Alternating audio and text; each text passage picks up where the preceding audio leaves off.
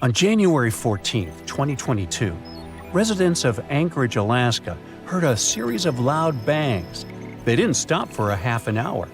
As they found later, the source of the bangs was almost 6,000 miles away in the Tongan archipelago in the southern Pacific Ocean.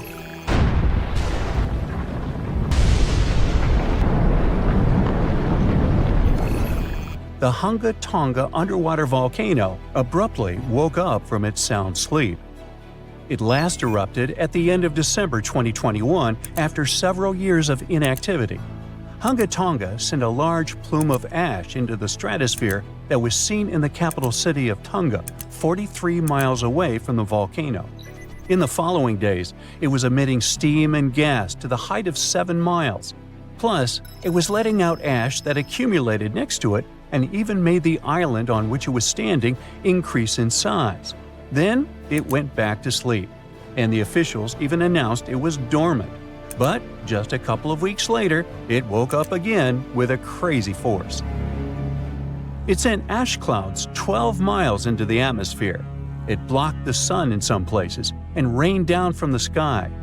The sound waves from the eruption traveled around the planet several times. People in Fiji heard a sound that reminded them of thunder. Some booms even reached Canada. Shockwaves went around the Earth 4 times in Japan and Utah, and at least twice in Massachusetts. The eruption caused tens of thousands of lightning flashes. It also triggered a mega tsunami hundreds of feet high. It caused damage to buildings and infrastructure, such as underwater cables. The extreme waves traveled all the way to the California coast, and there was an unusually high tide along the Pacific coast of Canada. Scientists studied seismic data to understand what caused such a massive eruption. Their research model showed that there was a big blast, likely because gas got trapped in rocks, like how a pressure cooker works when it's overcooked. This blast released a huge amount of energy, as much as 5 of the biggest underground nuclear tests. It all happened under a shallow part of the sea, where gas-filled rock was trapped.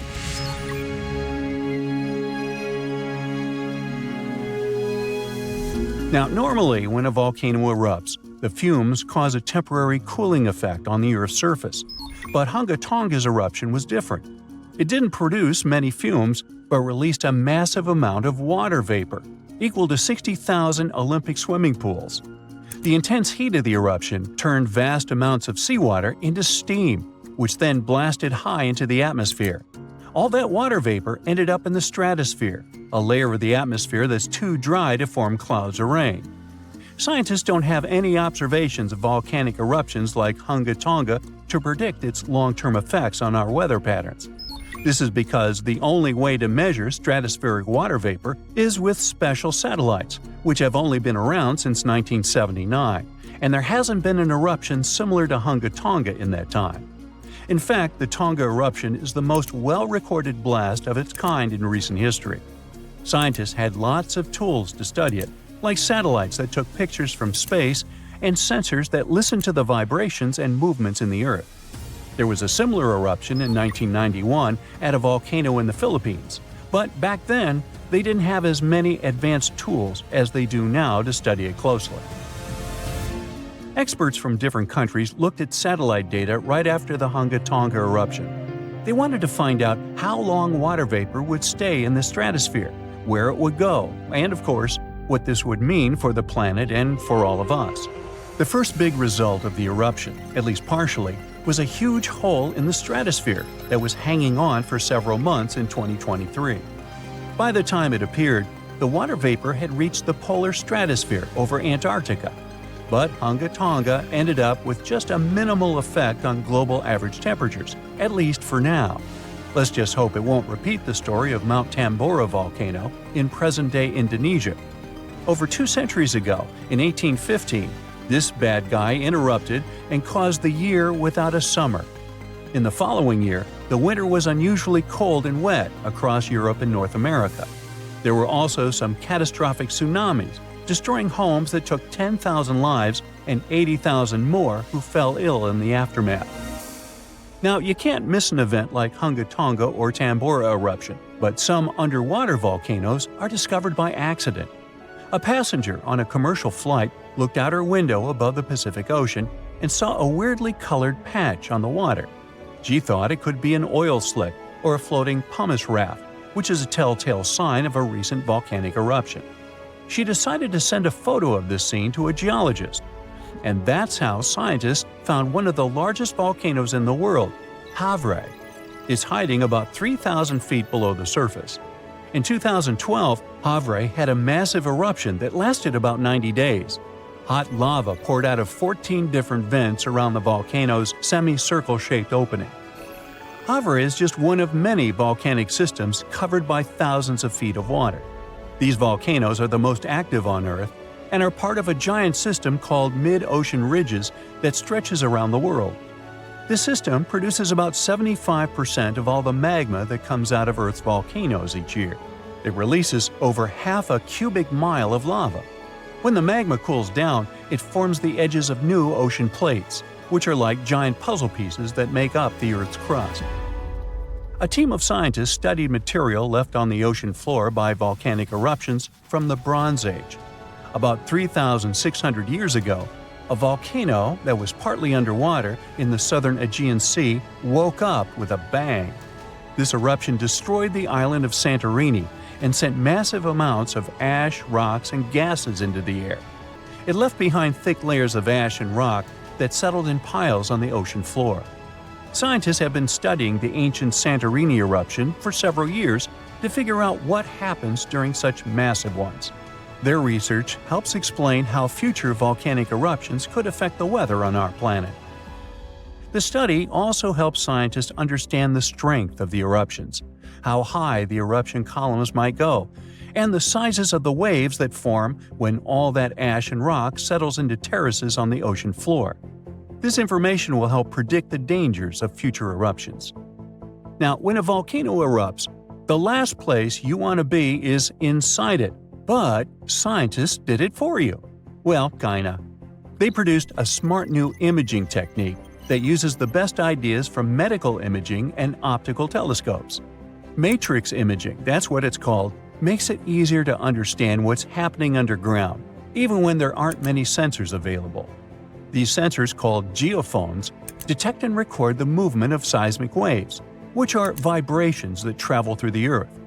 By studying these waves, scientists can learn about the distinct types of rocks and how they are arranged beneath the surface. The researchers test their method on a volcano in Guadalupe in the Caribbean Sea. There aren't so many geophones on this site, but the scientists combined the data from multiple geophones thanks to this new tech. They used a special trick called the memory effect to reverse the distortions that happen when seismic waves bounce off different underground materials and figure out what the original signals look like.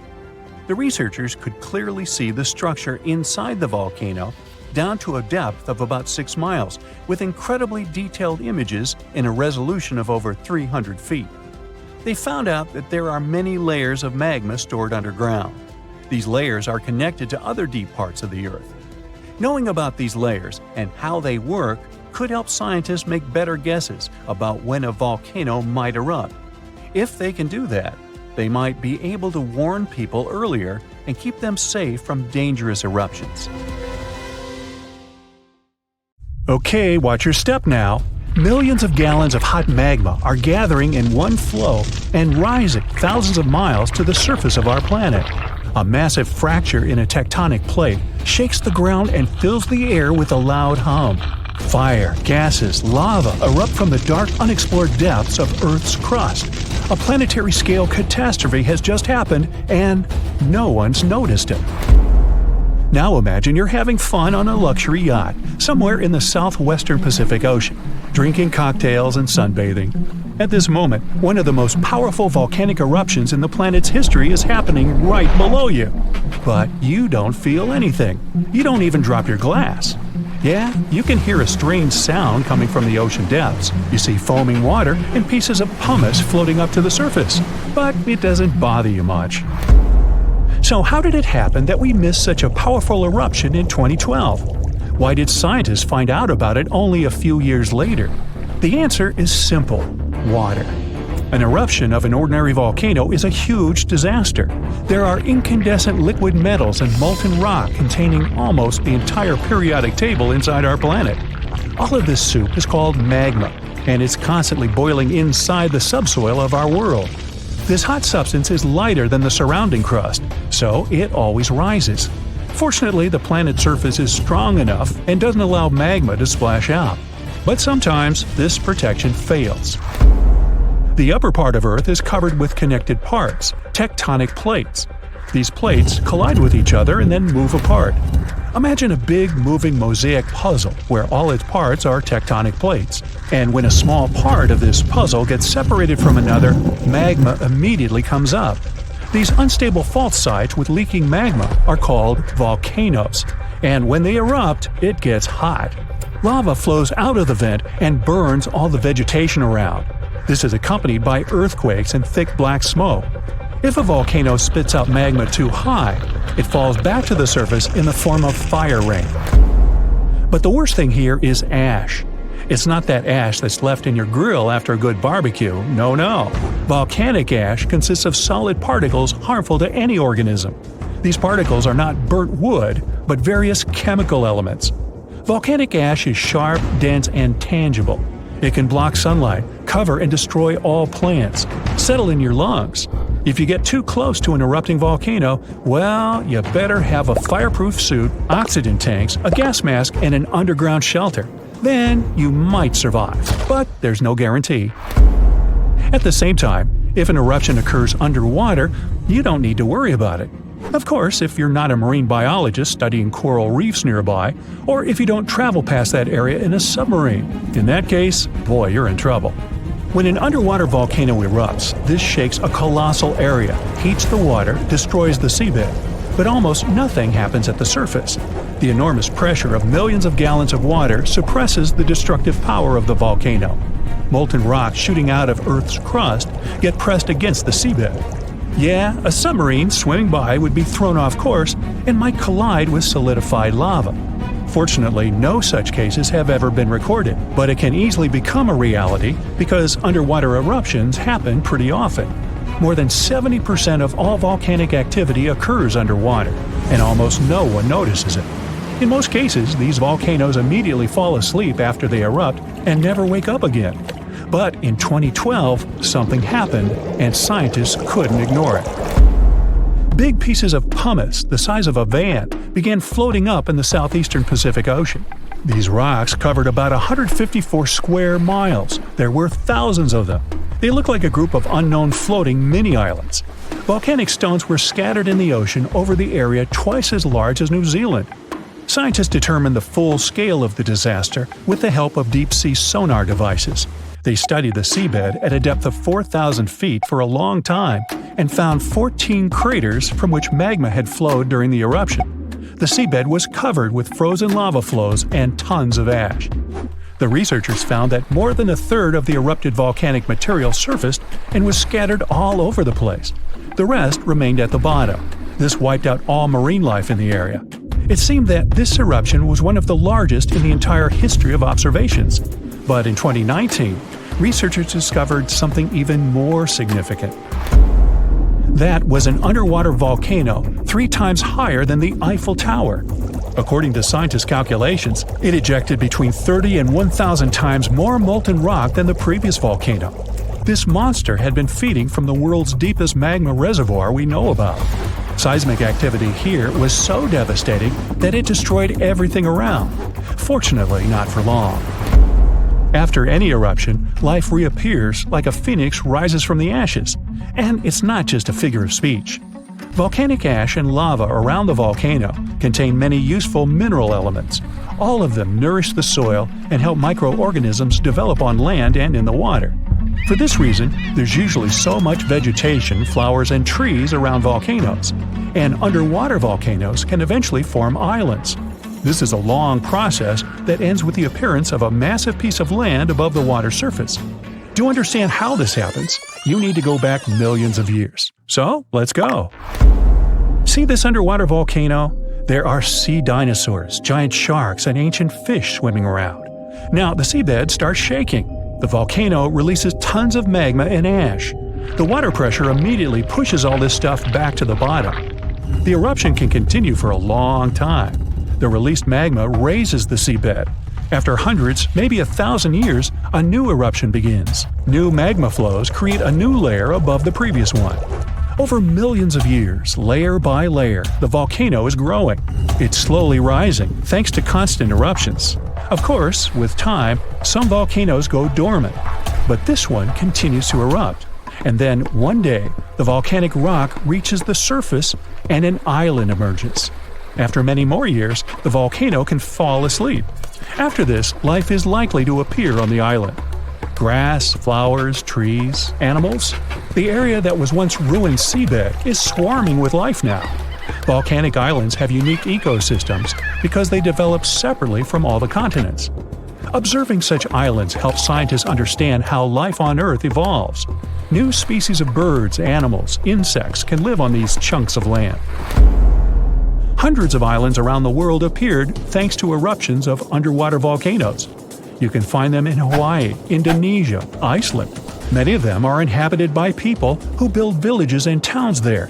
There were cases when a volcano erupted when people literally lived on top of it. That's what happened on the small island of Aogashima, located to the south of Tokyo. People built a beautiful town right in the crater of an active volcano. And in May 1785, an eruption began. Nobody expected this to happen. At some point, thousands of birds rose in the air and flew away from the island. Then the ground began to shake.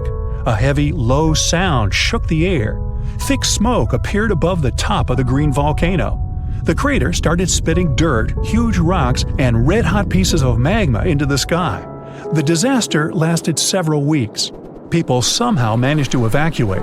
Then, finally, the volcano calmed down. After that, a long process of recovery started. The inhabitants of the town rebuilt houses, roads, infrastructure. More than 200 years have passed since that moment, and during this time, the volcano never woke up. And despite the risk of a new eruption, people continue living there. The population is growing. Many people from other cities and countries come to live there.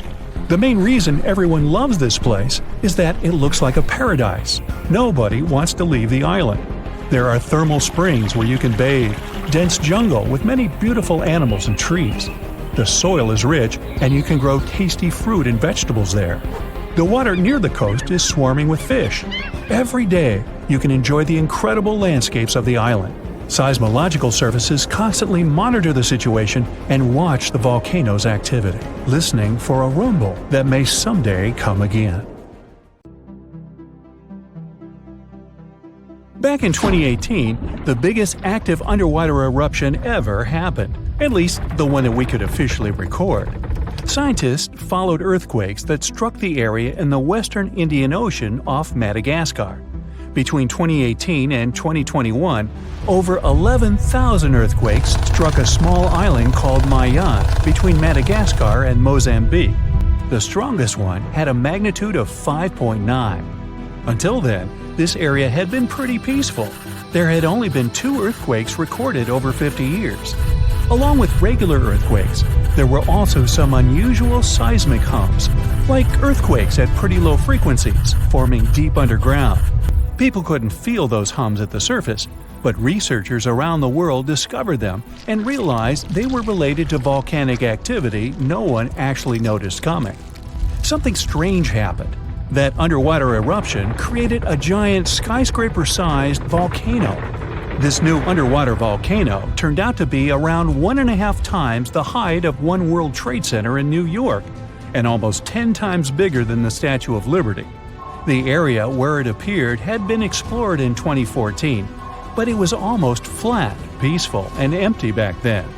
Now, there is an actual volcano nearly 8,500 feet below sea level. The volcano gets its magma from a super profound reservoir located nearly 34 miles underground.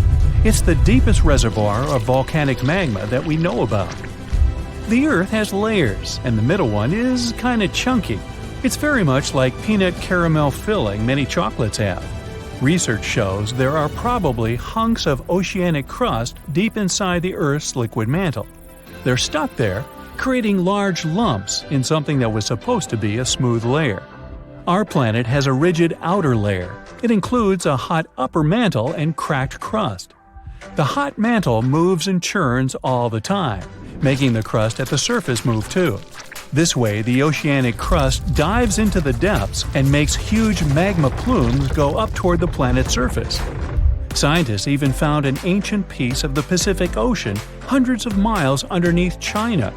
Those are the old remains of the Pacific seabed from long ago, and they were pulled downward below Earth's surface into the mantle transition zone. This rocky slab that used to be at the bottom of the ocean is made of the crust and some solid parts of the upper mantle. Most of the volcanic activity on our planet happens where we don't even see it, under the surface of the ocean.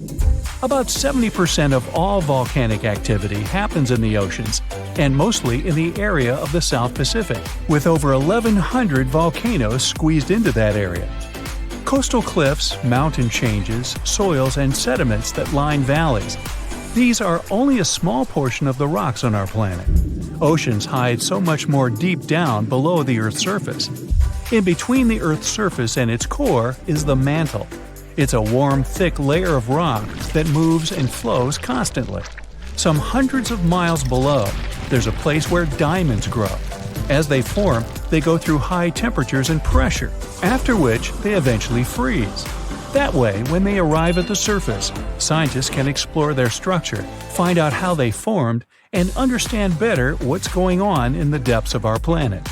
Thanks to diamonds, they realized the mantle was very wet, and it possibly contained much more water than all the oceans on Earth. Our planet is eating up its own oceans. As its tectonic plates move, dive, and go beneath one another, they drag huge amounts of water into the Earth's interior. The water beneath the surface of our planet can help with developing magma and lubricate faults, which actually makes earthquakes more likely to happen. Water is actually stored in the minerals. It gets incorporated into the planet's crust when new oceanic plates form.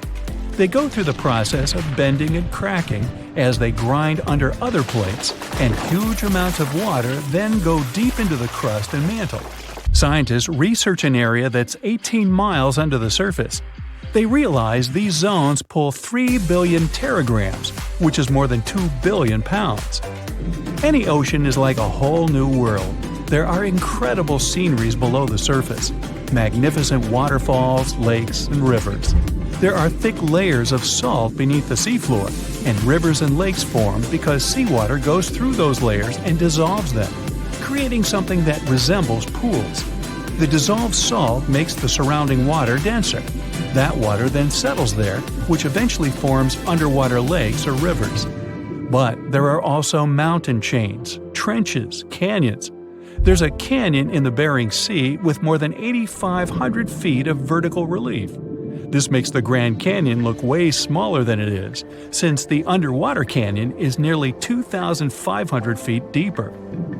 Deep parts of the ocean are really cold. The temperature of the water can be about 40 degrees, but at the bottom, water can get boiling hot. There are hydrothermal vents in the seafloor. Those are the hot springs located at the edges of tectonic plates. The water they release can reach a temperature of up to 750 degrees Fahrenheit, but the pressure at such depths is very intense. So intense, no human being can handle it. Still, it's the pressure that keeps the water from boiling. Ocean depth is on average 2.3 miles. Light waves can still enter at 3,280 feet, even though it's in a very small amount. So all the mysteries hidden below that point remain in total darkness. The actual illuminated part of the ocean goes until 600 feet. Even though the sun gives us light, most of our planet is dark all the time.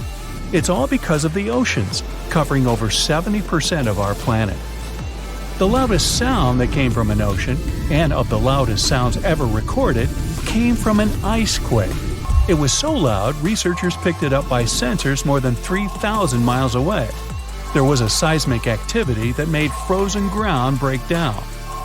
The Antarctic ice sheet is bigger than the continental part of the United States and Mexico together. A big iceberg from Antarctica holds over 20 billion gallons of water. which could make a 5-year water supply for 1 million people. Humans can generally drink sea ice, although we can't drink sea water. As time goes by and the ice ages, the brine trapped between ice crystals drains out.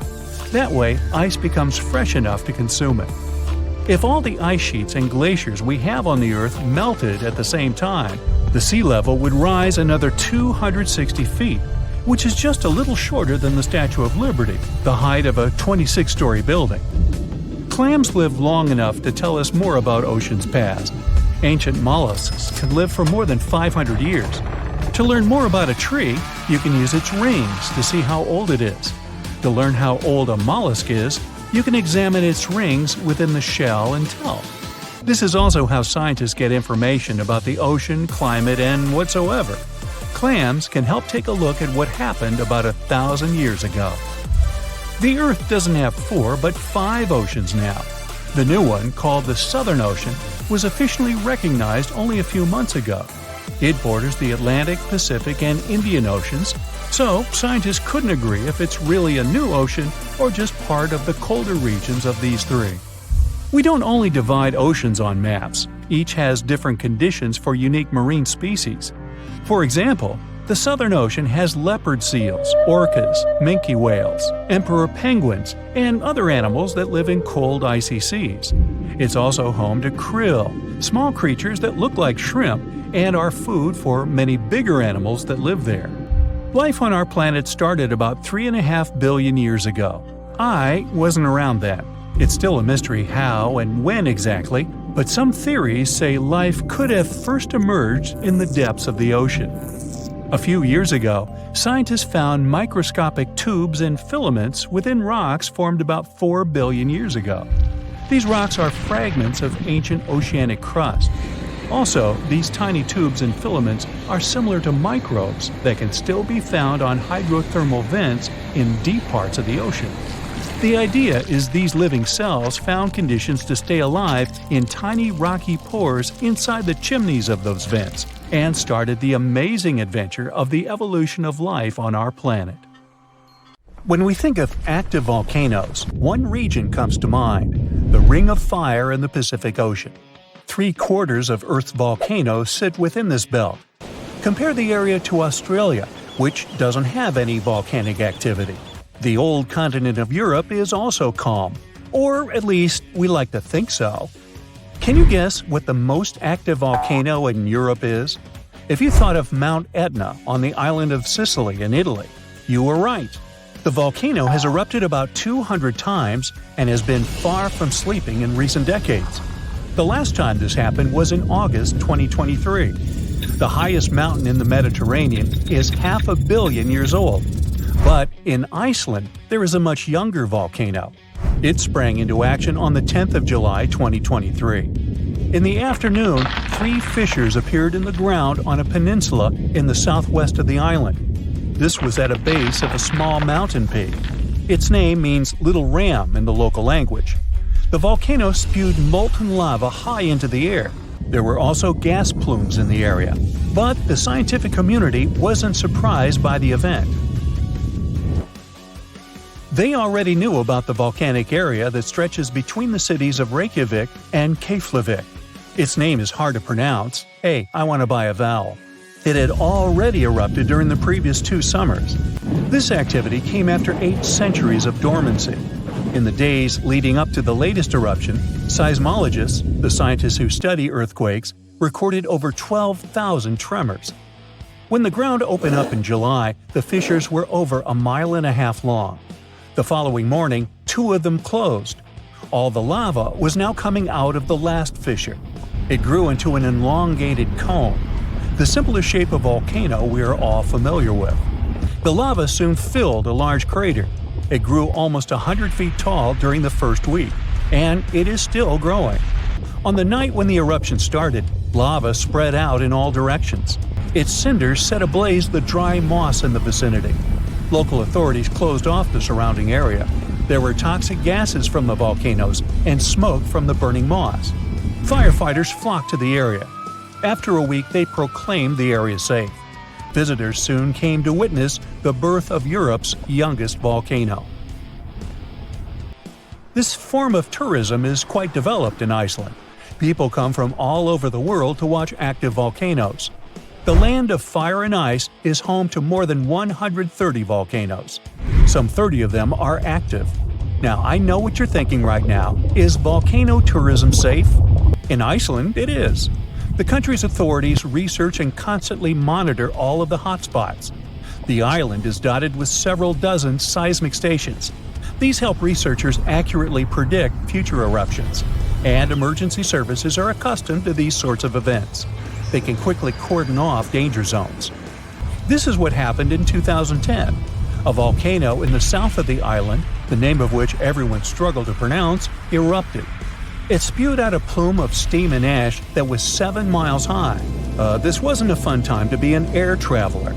Winds carried the enormous plume southeast toward northern Europe. Many countries closed their airspace for several days for safety reasons. The volcano erupted in March, but the Earth was shaking from January the same year, so seismologists knew that an eruption was approaching.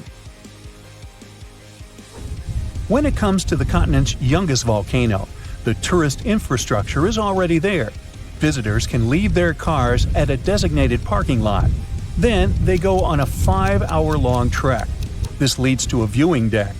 Tourists are so close to the epicenter that they can feel the heat haze from the crater. The sight is the most impressive at nighttime. Safety is never a concern. Scientists regularly chart out hazard maps that outline the borders of lava fields. This way, visitors who stick by the rules are never in harm's way. More than a week after the eruption started, a section of the crater collapsed. Lava flowed downhill west of the volcano. This majestic smoldering hot river is slow-moving lava. Scientists categorize it as an AA type. The term is Hawaiian. It describes basaltic lava that has a rough and brittle surface. The flow is composed of broken lava blocks that are called clinkers. They fall off as the substance flows. This reveals red-hot areas. The cooler sections of lava are gray and black in color. When it moves forward, it produces a distinctive sound like shattering glass. Nearly a month after the eruption of the new volcano, we got aerial footage of an interesting phenomenon. A tornado formed directly over the lava flow. This occurs due to the high temperatures in the area. When the conditions are right, a column of heated air can easily turn into a mini tornado. Scientists observed a similar event happen during the 2018 eruption of Mount Kilauea in Hawaii. The lava fields of Europe's second-largest island tell the story of the creation of Iceland. It sits above the place where the North American and Eurasian plates meet each other. Tectonic plates are huge, rocky chunks of Earth's most outer layer. There are roughly 20 of them. They rest on a partially molten layer of rock. All the lava we see on the surface starts its journey here. You could say that these plates float on molten rock. Their boundaries are unstable, so when two plates grind past each other, they release tremendous amounts of energy. The formation of volcanoes is one result. These are places where the molten rock travels upward to the surface. Iceland began to form some 60 million years ago. The tectonic plates under the ocean drifted apart. Enough lava piled up on the surface to create solid ground. This ancient rock is under the waves today. As new lava reaches the surface and cools down, it pushes the old rock away from the center of the island. That's why the oldest parts of Iceland aren't 60, but only 16 million years old. The country's active lava fields are young in geological terms. Some of them are under 1,000 years old. Scientists consider the island a hot spot for volcanoes, pun intended. Nearly a third of the basaltic lava that reaches the Earth's surface in recorded history came from Icelandic eruptions. Fissure swarms, like the ones before the 2023 eruption, cover 30% of the Nordic country. For this reason, only a quarter of the island is inhabited. Norse Vikings were the first people to settle in Iceland at the beginning of the 10th century. Nature threw them a loud welcoming party. Just a few years after their arrival, they witnessed one of the greatest volcanic eruptions in history. Vikings came from a region without volcanoes, so they had no clue as to what was going on. Today, Icelanders are used to such events. This is good because their homeland is entering a new era of volcanic activity. Volcanologists suspect that recent events are an introduction to decades of more frequent eruptions. The peninsula that is home to Earth's youngest volcano is just 17 miles southwest of Iceland's capital city. It's been dormant for a long time. Present-day eruptions there are a reminder that the natural processes that created Iceland are still ongoing. Recently, scientists discovered that there's a historical link between volcanic eruptions in the north of Europe and glaciers. Our planet went through at least 5 major ice ages. These were exceptionally lengthy periods when the average temperature on Earth dropped. The result was the expansion of ice sheets across northern Europe and North America. The last ice age ended some 10,000 years ago. Researchers are still trying to fully understand how these glacial periods affected volcanic activity. They suspect that the sheer weight of all that ice disrupts the flow of magma underground. When glaciers retreat, the pressure is lifted. This makes it easier for lava to flow upward to the surface where it bursts.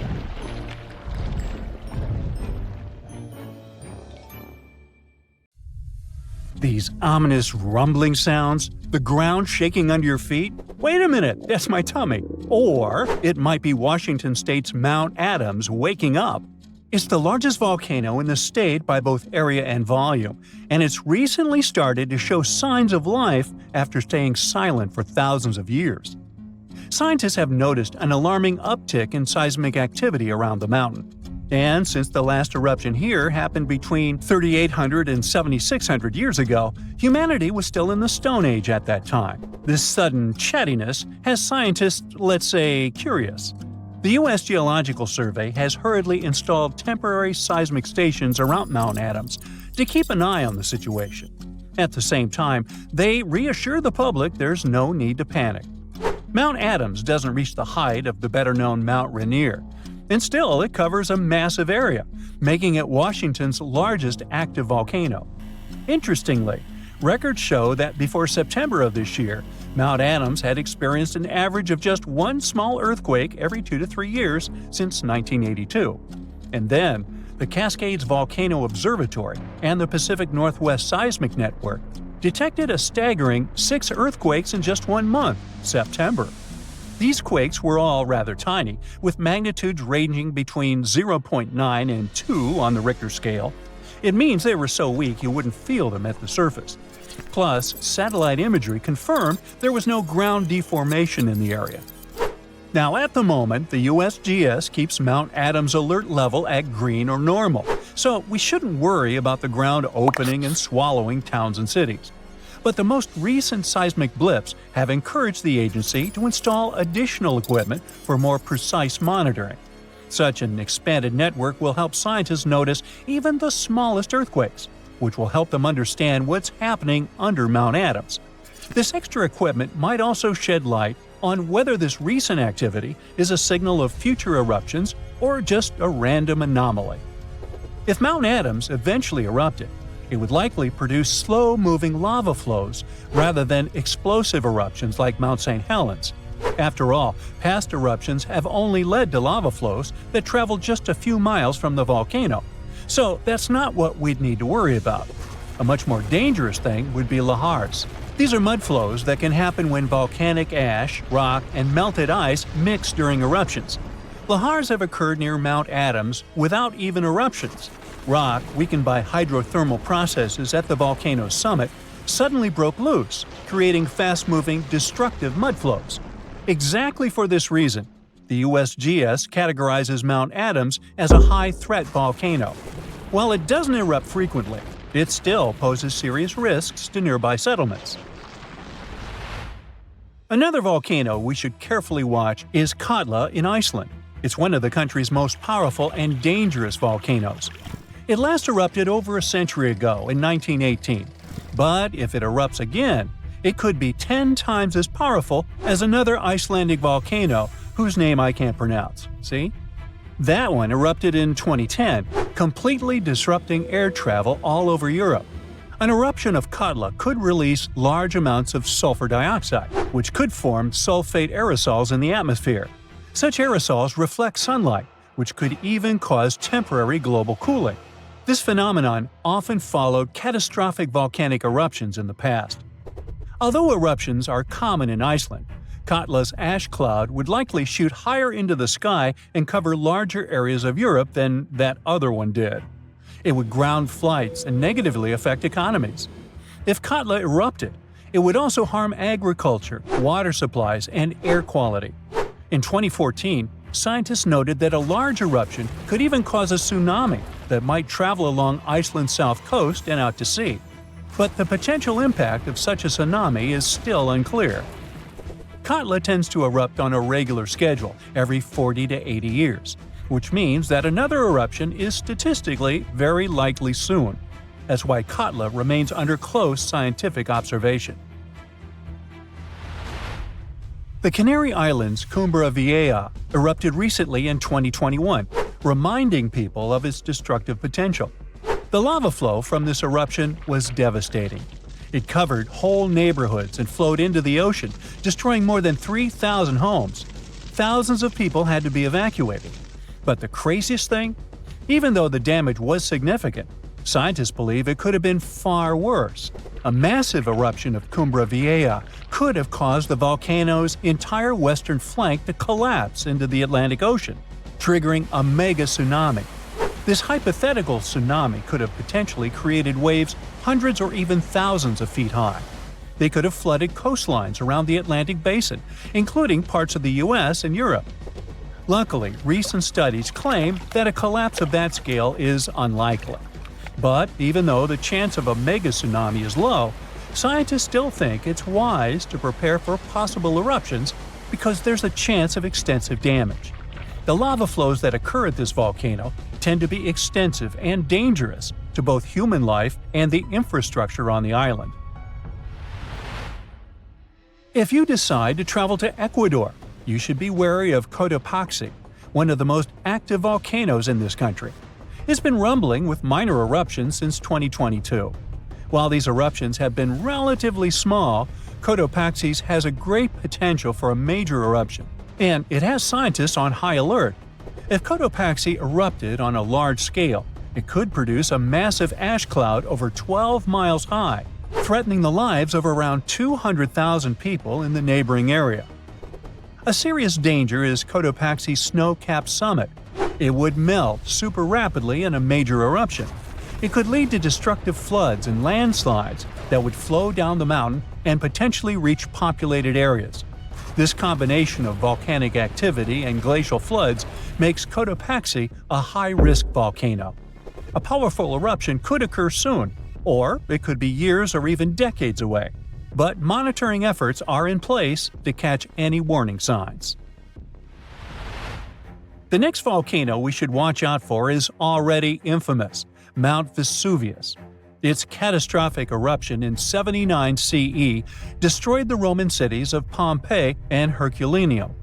Its last eruption occurred in 1944, but Vesuvius remains highly active and poses a great risk to nearby Naples, one of Italy's largest cities.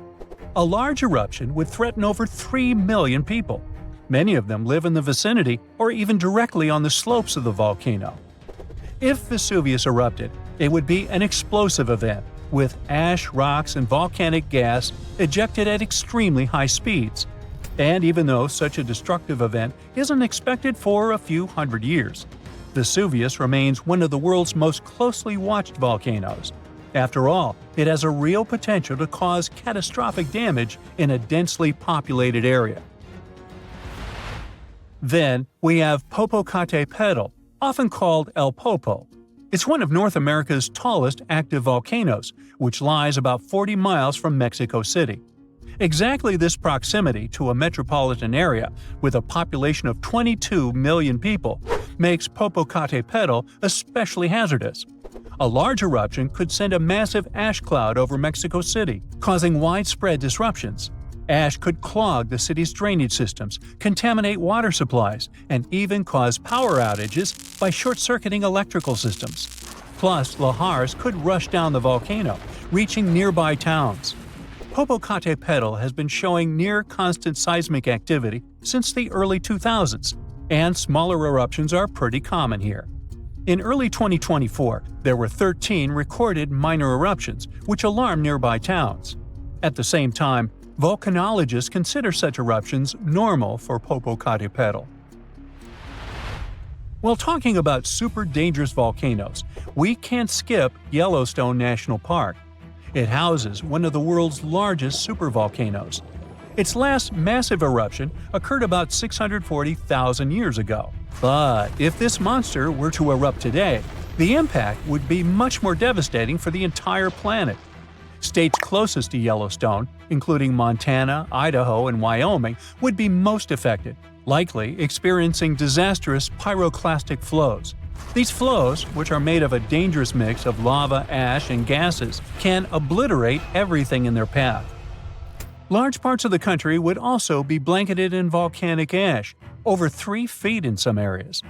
On a global scale, an eruption at Yellowstone would send tons of ash and gases into the stratosphere, potentially blocking sunlight and causing global temperatures to drop for a few years. This would disrupt agriculture, collapse transportation systems, and create food shortages on a massive scale. Still, even though there's a popular myth that Yellowstone is overdue for an eruption, geologists clarify that this isn't true. Volcanoes don't follow precise timetables, and the activity at Yellowstone doesn't indicate an imminent eruption. So yeah, that's good news. The last time this volcano erupted was about 500 years ago, but recently, small tremors have grown really frequent, to such an extent that scientists have been recording more than 1,000 a month. I'm talking about the Campi Flegrei supervolcano in Italy. At one point, just a few weeks ago, the area was rattled by a 4.4 magnitude earthquake with 150 tremors in just one night. It was the strongest earthquake in over 40 years. A lot of locals spent the night in their cars, but in the morning, the shakes were followed by another earthquake, a bit weaker with a magnitude of 3.6. So, is Italy in danger? Well, the quake itself wasn't big enough to cause serious damage, but it evoked a lot of panic. At the moment, local authorities are working on grandiose emergency plans. If worse comes to worse, they'll have to evacuate hundreds of thousands of people. One of the reasons is the proximity of this area to Naples with more than 3 million inhabitants. At the moment, they're even considering an option of paying people to leave their homes. Right now, schools remain closed in the Campi Flegrei area.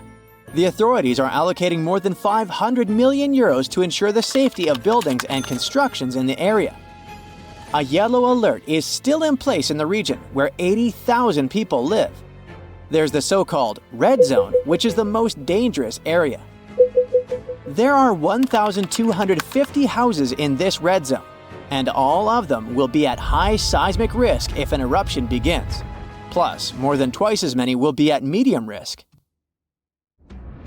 Italy is a country prone to seismic activity, and Pozzuoli is a densely populated area that is located on one of the most dangerous supervolcanoes in Europe.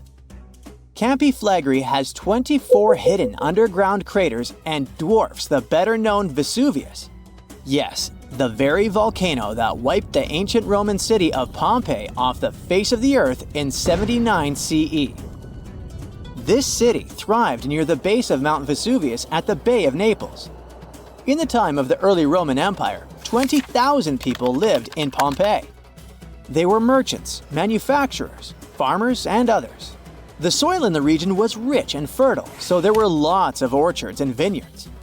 Strangely, no one knew that this black earth was the legacy of an earlier eruption of Mount Vesuvius. The area was a favorite summer destination for rich Romans. Sadly, at noon on August 24, 79 CE, all this prosperity came to an end. The peak of Mount Vesuvius exploded, sending a 10-mile-high mushroom cloud of ash and pumice into the stratosphere. For the next 12 hours, the eruption was wreaking havoc on the city. Volcanic ash and a hail of pumice stones, some of which were 3 inches in diameter, showered Pompeii. It forced the city's occupants to flee in terror.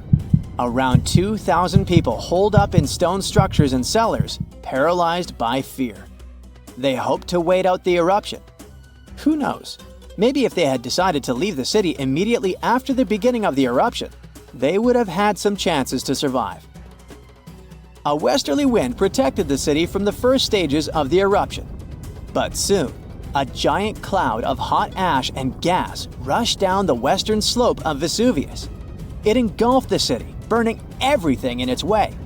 This disastrous cloud was followed by a flood of volcanic mud and rock, which completely buried the city. As if the volcano was making sure no one would survive, a cloud of toxic gas poured onto the city, finishing the lives of a few survivors on August 25th. A flow of rock and ash followed. It collapsed roofs and walls and turned the city into a giant cemetery. When a supervolcano erupts, the consequences are usually catastrophic. Supervolcanoes have at least once had an eruption with a volcanic explosivity index of 8, which is the largest recorded number on the index. Supervolcanoes are often extremely large, with no cone at all. That's because they're typically the remains of gigantic magma chambers that once flared up, leaving behind a caldera. They're usually located over hotspots and appear when huge volumes of magma are trying to escape from deep underground. Eventually, they burst through Earth's surface. Sometimes, all this magma gets stuck, unable to break through the planet's crust. And then, massive pools of pressurized magma gather at a depth of several miles. The pressure keeps growing because more and more magma is trying to get to the surface. At one point, a super eruption goes off. The most recent super eruption happened in New Zealand. Well, when I say recent, I meant around 26,500 years ago. That's when a supervolcano beneath the surface of Lake Taupo spewed into the air more than 300 cubic miles of ash and pumice. Imagine 500,000 Great Pyramids of Giza flying up into the air at the same time. That's how incredibly powerful that eruption was. But the most exciting and confusing thing about the eruption was that the Taupo volcano didn't simply go off like many others. At first, everything was going as usual. Tons and tons of pressurized magma had built up under the surface, and the pressure was getting higher and higher. But after the rock cracked and the first portion of lava rushed out of the crater, something went wrong, and the supervolcano took a break. Only several months later, the disastrous eruption shook the ground. Thousands of tons of lava, rocks, and ash flew high into the atmosphere. The unusual pattern of Taupo still confuses scientists. The Indonesian eruption at Toba caldera 75,000 years ago was the largest eruption in the last 2 million years. Experts estimate that the eruption could have released hundreds of thousands of tons of sulfuric acid, which might have even caused a several-degree cooling of the planet's surface. But nowadays, the impact is hard to detect because of glaciers that covered the ground afterward. There are also several so-called supervolcanoes that haven't lived up to this name yet because they've never produced any super eruptions. For example, in 1883, Indonesian volcano Krakatoa went off. The power of the eruption tore the volcano's walls open, and cold seawater rushed into its molten insides. The difference in temperatures made the volcano blow up with a deafening boom. It was clearly heard 3,000 miles away in Australia. It earned the blast the title of the loudest sound in history. But even though the consequences of this event were truly catastrophic, it still turned out not powerful enough to be called a super eruption. It only had a volcanic explosivity index of 6. Then, there's also Mauna Loa. It's a shield volcano, which means it won't produce explosive eruptions, but its sheer size makes this monster of a volcano extremely dangerous. At the moment, the volcano seems to be at peace with its surroundings. Research equipment doesn't show any signs of activity on Mauna Loa, but if Mauna Loa did suddenly erupt, lava flows could reach the ocean and the most populated and touristy places like Captain Cook very fast, in a matter of hours. The last time the volcano erupted, lava got as far as the outskirts of Hilo on the other side of the island. That's where the University of Hawaii is located. Luckily, people had a few weeks' warning to get ready for the disaster. Over its recorded history, Mauna Loa has been erupting pretty regularly, almost every 6 years. On the bright side, big island volcanoes including Mauna Loa aren't really very volatile. That's because they're shield volcanoes. These volcanoes got such a name because they aren't really very high and resemble a warrior's shield placed flat on the ground. Shield volcanoes are formed by very fluid lava. It travels way farther and forms much thinner flows than the lava erupted from a stratovolcano, which is conically shaped and tall, like the infamous Krakatoa in Indonesia. So, if Mauna Loa erupts, there probably won't be ash clouds or tons of debris.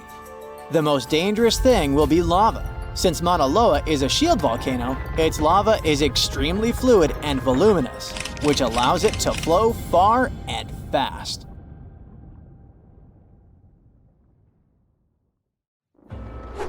Ah, Kiev, you've been dreaming of getting here for years. Getting out your trusty camera, you start taking pictures of the cathedrals, aviation museum, and the Dnipro River, when, without warning, there's an enormous boom behind you. Turning around, you see something towering in the distance. It looks like a gigantic explosion. Uh-oh, time to leave fast. In June 2020, what the people of Kiev were looking at was an anvil cloud, a rare storm formation in the sky. Forming when strong air currents carry water vapor upwards, the air expands and spreads out as it hits the bottom of the stratosphere. It pushes the dense cloud into the cool anvil shape you see, and sometimes it even gets to be a mushroom. Anvil clouds produce some of the most dangerous lightning of all storms, one that's called a bolt out of the blue. This lightning strike seems to magically come out of the blue sky with the storm being many miles away. This type of bolt comes from the top of the anvil and can be 10 times more powerful than a typical lightning strike. People got so frightened after witnessing a giant cloud just 60 miles away, thinking something terrible must have happened. The locals had pictures of the large billow on social media before officials could explain what was going on. Authorities managed to calm everyone's fears by informing them it was nothing more than a natural phenomenon, and a beautiful one at that. Before dissipating, these clouds typically stay in one area regardless of how strong the wind is. Touring around the northern tip of Queensland, Australia, way away from those creepy crawlies, it's time to take a break and relax at the beach. Getting comfortable, you notice a great big shadow passes over you, then another, and yet another. Looking up, this weird weather is simply stunning. The clouds are called morning glory, a very rare type of cloud that almost seems to roll across the sky, looking like a massive tube. These clouds can measure up to 600 miles long, even appearing in large groups as well. This phenomenon is the result of an updraft pushing through the cloud, creating a rolling appearance, while moist cooler air at the back causes them to sink downward. Southern India between July and September 2001. People witnessed one of the strangest weather phenomenon in recorded history. The rain was red. What many would have thought to be a typical rainstorm left them shocked. The color was bright enough to stain clothes. There were other colors too, such as green, yellow, brown, and even black. In the middle of a monsoon, red rain started to fall, and did so periodically for several weeks. Researchers have found this unusual rain is stained either by dust or algae, so don't try to catch any on your tongue.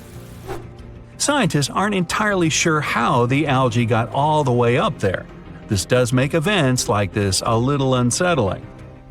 Like to take a bubble bath to relax after an exhausting day, but taking too long to fill the bathtub? Problem solved. Head to any coastline after a big storm and take a dip. Foamy tides aren't native to any one place or location. They can be formed anywhere in the world.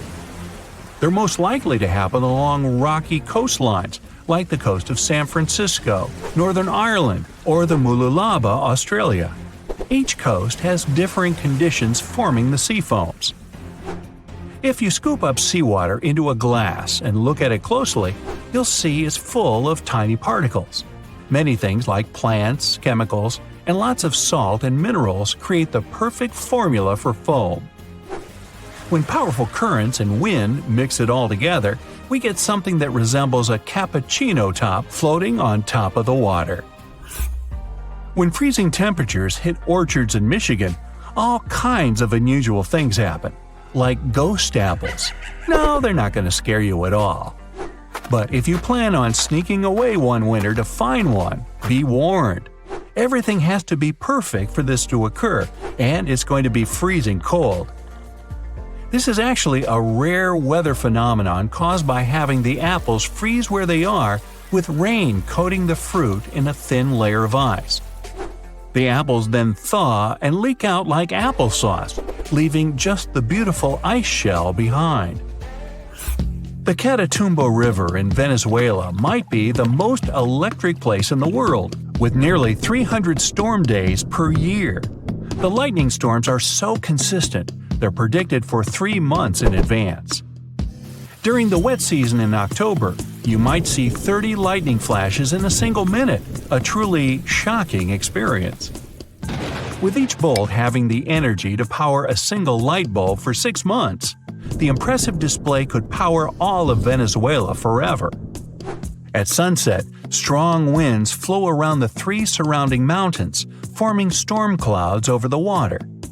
As the water droplets of humid air collide with ice crystals from the cold air, it produces the static charges that cause the lightning storms nearly every night. If that wasn't bad enough, some storms have lightning above them as well. Try to take a picture of this one. Jellyfish lightning sprites are electrical discharges high in Earth's atmosphere. They're associated with powerful thunderstorms, but they have nothing to do with rain. These sprites occur 30 to 50 miles up in the sky, in the mesosphere. Artificial lights at night make it a lot harder to see this faint lightning.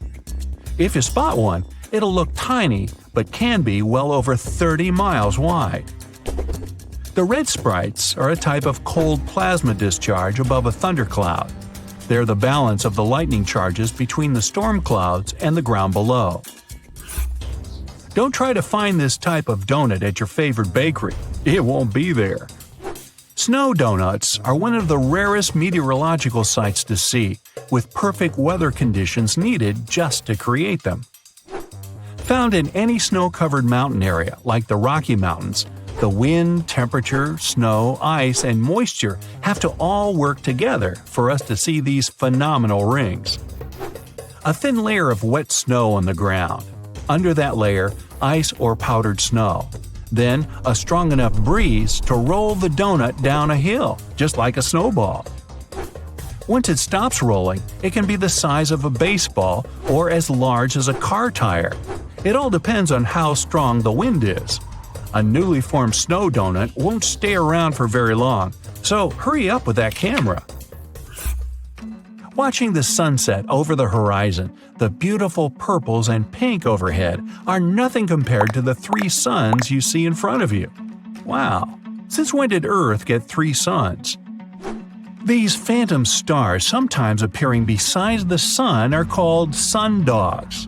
Maybe they're called that because they're kind of dogging the actual sun? Sundogs often appear as colored areas of light at the same height above the horizon as the sun. They're mostly observed on a ring or halo, where ice crystals best reflect the light. There are also moon dogs that appear alongside the moon and are formed by lunar light passing through ice crystals, though these aren't seen nearly as much as their daytime partners. Taking photos in the wild, you finally found the perfect spot to take that dream shot. The crystal clear water, the pines, the mountains, and the flying saucer. Wait, a flying saucer? Oh, aliens are here! You might be thinking this if you saw a saucer-shaped cloud. I'm not even going to try to pronounce their name though. Put that on the screen, please. Wait, just kidding. It's Altocumulus lenticularis. Aren't you impressed? These are really just unusual cloud formations over mountaintops. When moist air flows over a mountain, a wave is created if the temperature difference is perfect. As the air passes through the wave, evaporation occurs and a series of these clouds may form into an oval shape. Not aliens at all. Whew! The sky is falling! The sky is falling! Well, people who have experienced these clouds say they look like they're coming down from the sky. Mammatus clouds look like giant white lumpy marshmallows, but it might be hard to toast these ones. These weird fluffy clouds can extend hundreds of miles in any direction, remaining visible for short periods at the bottom of anvil or other thunderstorm clouds. The strange bubble shapes are formed from turbulence within the storm itself, creating an uneven cloud base and appearing anywhere in the world. Mammatus clouds form when moist air sinks into dry air. The air must be cooler than its surroundings, cooled with ice, or be heavy with water. Massive tsunamis, destructive tornadoes, giant meteorites, devastating earthquakes. Ooh, better have insurance. But all these are minor natural disasters compared with the eruption of a volcano. Some volcanoes can destroy a city, as it was with Pompeii, or some islands in the Pacific Ocean. But there's a dangerous type of eruption that can destroy all life on the planet. This type is called flood basalt. But first of all, let's figure out what a volcano is. Rivers of hot liquid metals and incandescent rocks flow deep inside our planet. And the deeper it gets, the hotter they are. The source of this hot mass is the mantle, which is the middle layer of Earth, located between the core and the crust. These fiery streams are called magma, and it flows everywhere. But we don't feel its heat because of the thick layer of our planet's crust. Magma is lighter than the crust, so it always tries to break out to the surface. And in some places, it succeeds. At the junctions of tectonic plates, it splashes out when one plate moves under a thicker one. When magma reaches the surface, it becomes lava. This substance burns the ground around and cools down quickly. It hardens and forms a new layer of rock. The following splash of magma falls on the top of this layer. Thus, a mountain appears layer by layer over millions of years. And in its mouth, a fault of tectonic plates splashes out magma. This mountain is called a volcano. It spits lava and ash into the sky, then falls asleep and wakes up again during seismic activity. Now imagine that several giant volcanoes begin to splash out an infinite amount of magma. It just doesn't end and covers an entire continent. This is a flood basalt, and one day it did happen. About 252 million years ago, in the northern part of our planet, a lot of magma accumulated under Earth's crust. Trillions of tons of hot rock were concentrated in one place on a gigantic territory. And gradually, all this fiery energy began to seep out of the ground.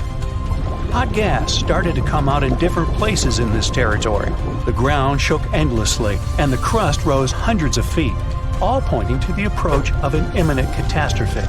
And then, at some point, magma began to pour out. Giant fountains of fire burst out of the ground. Do you know these geysers in Iceland? So imagine the same things, but dozens of times higher and with hot lava and ash instead of water and steam. The ash and lava flows were so strong that they reached the clouds. Under Earth's crust, there was a gigantic bubble of magma, and it squeezed out fiery jets under the pressure of rock and ground. The rift was getting bigger. Magma was flowing out everywhere. It began to fill the entire North Continent. The flood of lava spread wider and wider. The streams of molten rock seemed endless. Layers of molten basalt rock overlapped one another, forming a giant tsunami of lava 160 feet high. It poured out of the ground for hundreds of thousands of years, flooding forests, rivers, lakes, and meadows. At the same time, billions of tons of volcanic ash rose into the sky, which could lead to a volcanic winter, since sulfur dioxide in the ash reflected the sun's rays. This might have lowered the temperature on the continent by several degrees. Then, dust and ash probably condensed and formed giant clouds that watered the surface with toxic acid rain. But after that, the cooled lava formed a giant thick shield, preventing magma from seeping out of the endless fire bubble. The global catastrophe was over, but only for a short time. Trillions of tons of magma were still flowing under a thick layer of solid basalt. The fiery rivers couldn't reach the top, so they spread out to the sides. As a result of this expansion, huge nets were formed under the thick rock. They ran in different directions like a spider web and heated Earth's crust. Gases started coming out from under the surface again. More and more energy accumulated there until an explosion of unimaginable force occurred. In addition to magma, carbon dioxide and ash escaped to the surface. They filled the atmosphere and caused the greenhouse effect. The temperature on the whole planet increased by several degrees. This release provoked another catastrophe that began in the ocean. There were deposits of methane, an explosive gas, on the seabed. Under ice-cold water, the methane was frozen and harmless. But the greenhouse effect in the atmosphere warmed up the entire ocean. Millions of tons of methane began to rise to the surface. This gas is more potent than carbon dioxide. Therefore, when it hit the atmosphere, the temperatures on Earth increased again. The whole globe turned into a hot sauna. In previous cool and humid places, the temperature reached those of a modern Sahara. Of course, most animals and insects couldn't survive such a cataclysm, but ocean life took much more damage. The heat and methane reduced the amount of oxygen in the ocean. Fish and other marine life couldn't survive in such conditions. New problems appeared when anaerobic bacteria started to multiply in non-oxygen water. They fed on methane and carbon dioxide and released hydrogen sulfide, a toxic substance that poisoned water even more. About 75% of land animals and 95% of the ocean's inhabitants went extinct. This flood basalt eruption was the only disaster in the planet's history that destroyed almost all plants and significantly reduced the insect population. Several species of the hardiest animals managed to survive in these conditions. The planet took about 10 million years to recover completely. After that, evolution began a new process of developing life. And here are two pieces of news. The bad one is that flood basalt will happen again and will be no less devastating than 252 million years ago. The good news is that it will happen in hundreds of millions of years. But when that happens, humanity will need to be prepared. It will start on the ocean floor. First, lava fountains miles high will begin boiling the water and emit sulfur dioxide into the atmosphere, where it will reflect sunlight.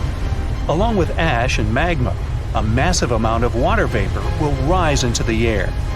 Livestock won't survive, and people will have breathing problems. Acid rain and increased humidity caused by the evaporation of the oceans will lead to the corrosion of buildings. All flights will be canceled. People will have to wear gas masks. Many animals won't be able to handle this eruption, but humans will adapt quickly. But then another and another eruption will follow, and this endless catastrophe will soon deplete the resources of humanity. Plants and trees won't recover so fast, and oxygen production will be significantly reduced. Let's hope that humanity will have colonized other planets, including those outside the solar system by that time. And now, let's jump back to the present. About 70% of the seismic activity associated with volcanoes occurs underwater. So let's see how ordinary volcanoes on the ocean floor work. Water, as well as land, rests on tectonic plates. Therefore, if their structure is broken at the joints, magma seeps through them. But unlike terrestrial volcanoes, lava here doesn't spread in different directions, burning everything it meets. It solidifies under the pressure of cold water. Underwater volcanoes can erupt for a long time with breaks in between. Magma covers the seabed. After another 100 or 1,000 years, a new eruption begins and a new layer of rock forms over the previous one. Over millions of years, layer by layer, magma is rising. And then, one day, a volcano rises out of the water. Magma splashes out of it and increases its height. And now we have a large volcanic island. Then the volcano falls asleep and life appears on the newly formed piece of land. Magma flows from the planet's mantle, filled with various chemical elements. This hot mix saturates the soil with useful substances and thus promotes the growth of plants and trees. Then birds and other animals arrive there, and the volcanic island turns into a paradise. Then humans arrive and pave over paradise to put up a parking lot and a franchise burger joint. The ground suddenly starts shaking. Clouds of gas start forming in the sky, making it dark during broad daylight. Bits of the ground start swelling, lifting, and even collapsing. These are the telltale signs of a volcano that is bound to erupt. And this is what could easily happen again with Mount Spur. It's only about 75 miles from Anchorage, one of Alaska's busiest cities. More than half of the population of the northernmost state of the US live there. There's also a huge amount of air cargo that passes through its international airport daily. So anytime a volcano this close to such a vital hub begins to get restless, people start paying attention. Just FYI, approximately 350 million people in the world live within the danger range of an active volcano. That means that around 1 out of 20 people live in an area at risk of volcanic activity. Alaskans probably wish that Spur's reawakening was fiction, but it's actually true. The Alaska Volcano Observatory picked up on several of these "I'm about to erupt" signs from Mount Spur. So much so that they raised the alert level to yellow, which means unrest above normal background levels. Spur erupted twice in the 90s, and it was pretty intense. If we were ranking volcanic eruptions on a scale from 1 to 10, these eruptions would rank a 6 or 7. Not that terrible, but still worth 10 to 17 million in damages. However, these numbers are nothing compared to Alaska's 1988 Redoubt eruption, another volcano that erupted and summed up a staggering $345 million in damages. Mainly because its ashes hit aircraft engines, such as the KLM 747 that lost power after all its engines went off due to the ashes. If people weren't paying attention to Alaska's unstable geology before that, well, they surely started to after it. When you think of the hazards of volcanic activity, the first thing that might possibly pop in your mind is Pompeii, Italy. Of course, that's the worst-case scenario, a city being engulfed by lava.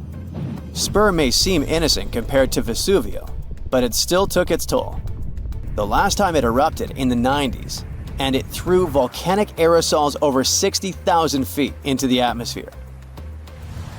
Let's get our science straight here. Think of volcanic aerosols like liquid particles that are released into the atmosphere during an eruption. These particles are usually created when gases from a volcano, such as sulfur dioxide, combine with water and other particles that exist in our atmosphere. These aerosols can actually cool the Earth's surface since they reflect sunlight directly back into space. And that's not the worst part. It can stay in the atmosphere for several years after an eruption, causing lots of health issues.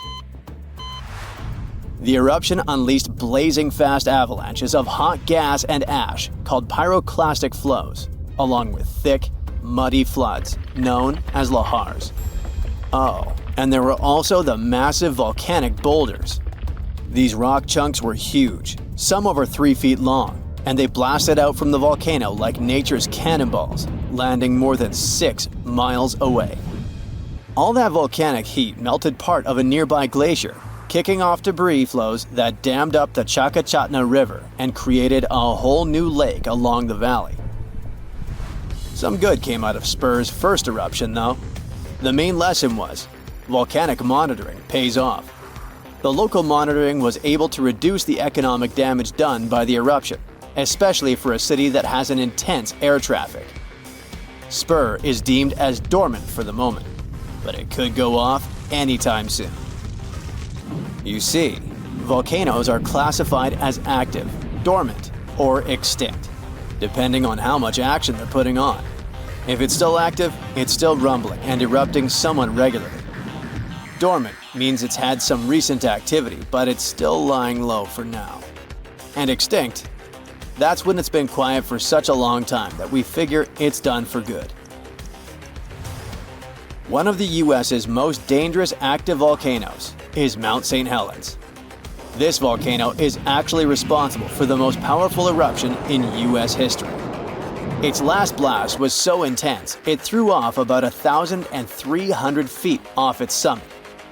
Basically, the top of the mountain vanished. And if you thought Mount Spur's ash cloud was impressive, St. Helens wins the competition since it launched its ashes 80,000 feet into the sky.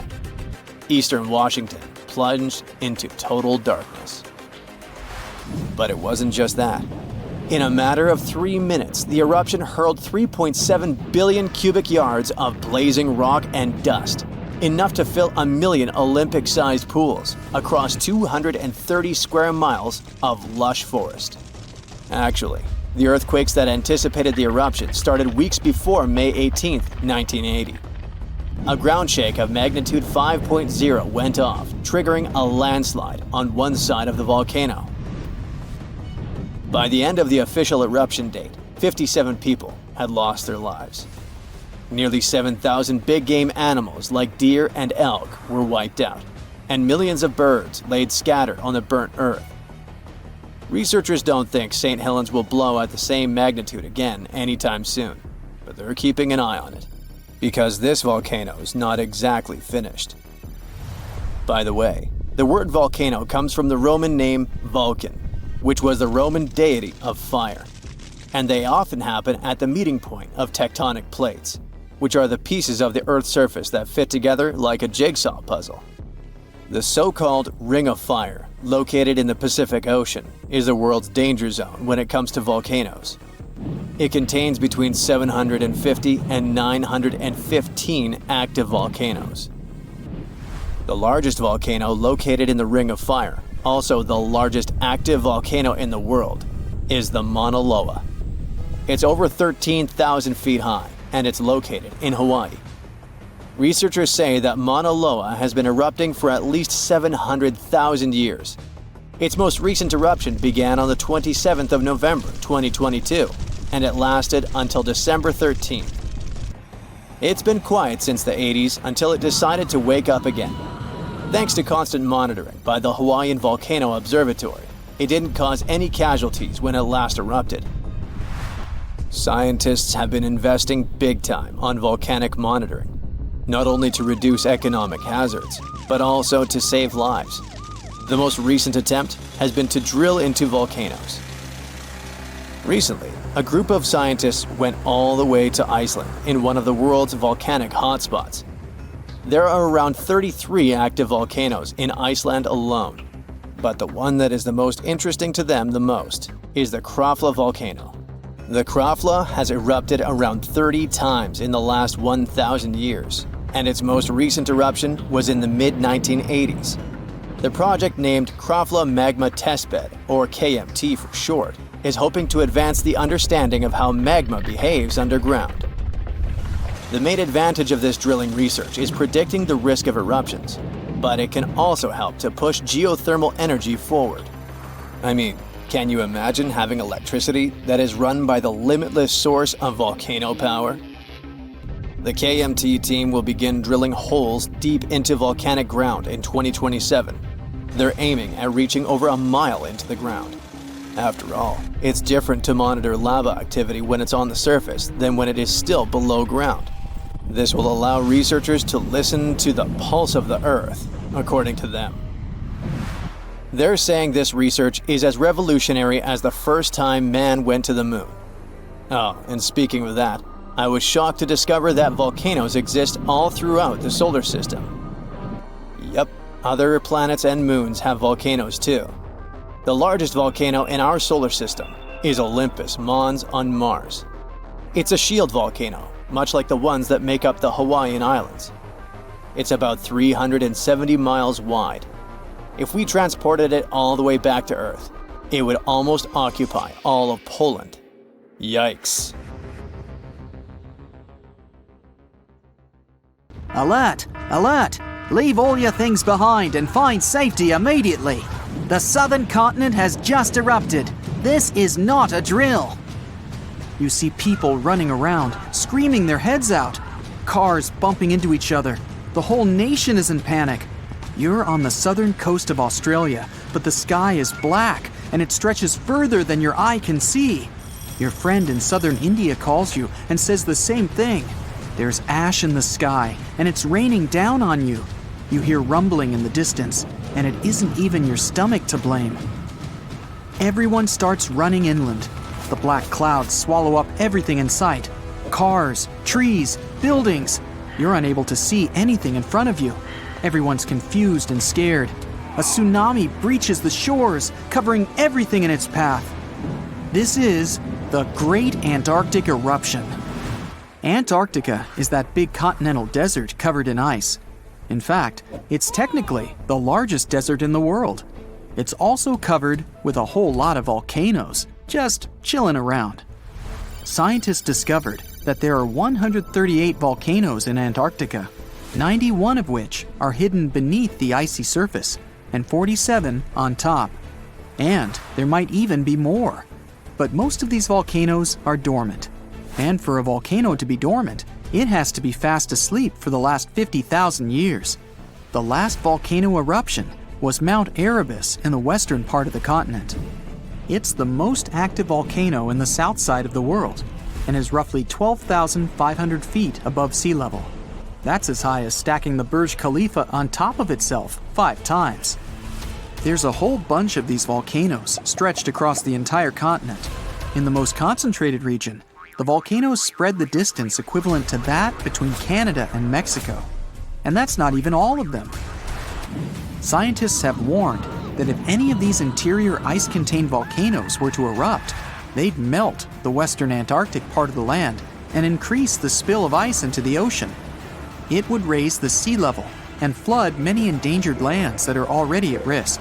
And that's not mentioning the tectonic plates shifting underneath the surface, which allows some of the magma to squeeze its way to some surfaces.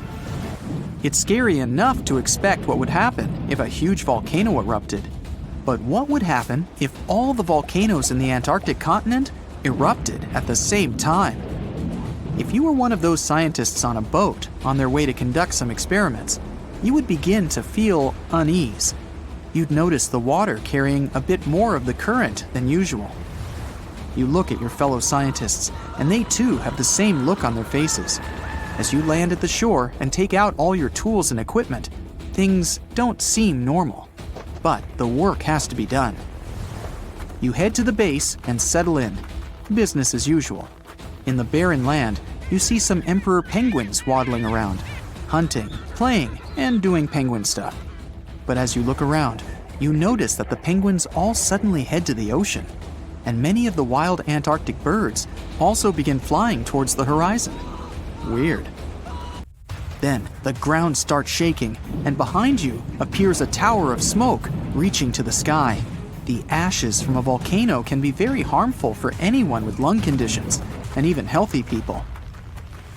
The gases that come with it are usually blown away quickly, but are also harmful to humans and cause irritation to the eyes and throat.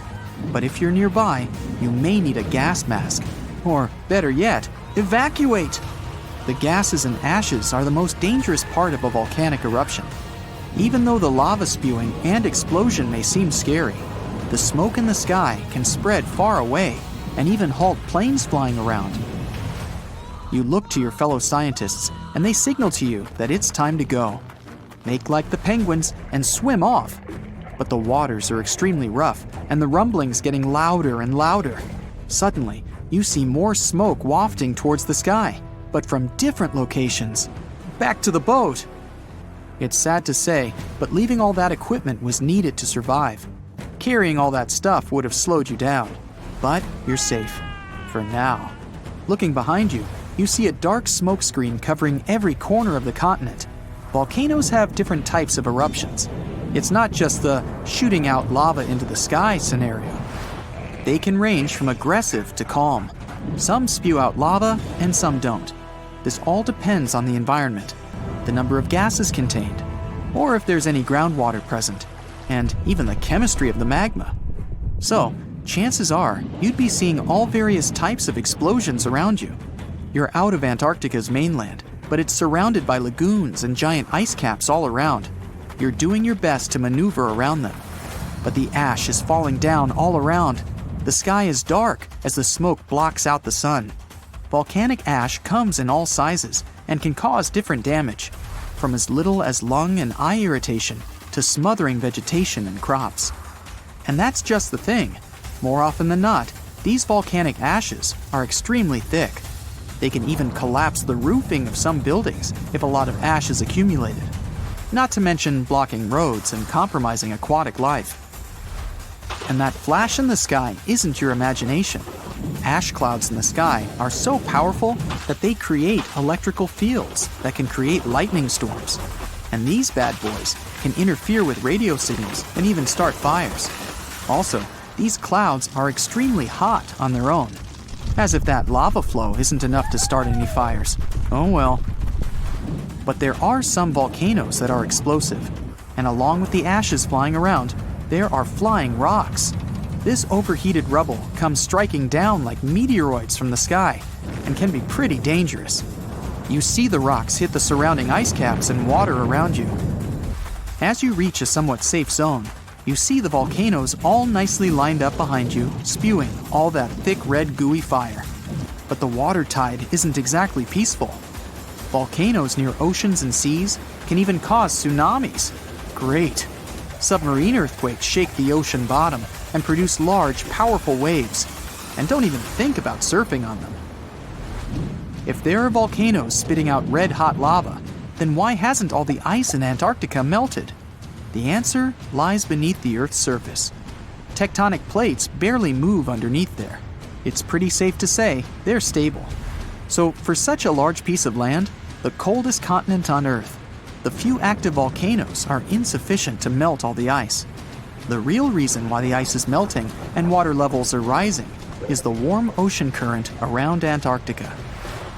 But this time, they're all erupting at the same time.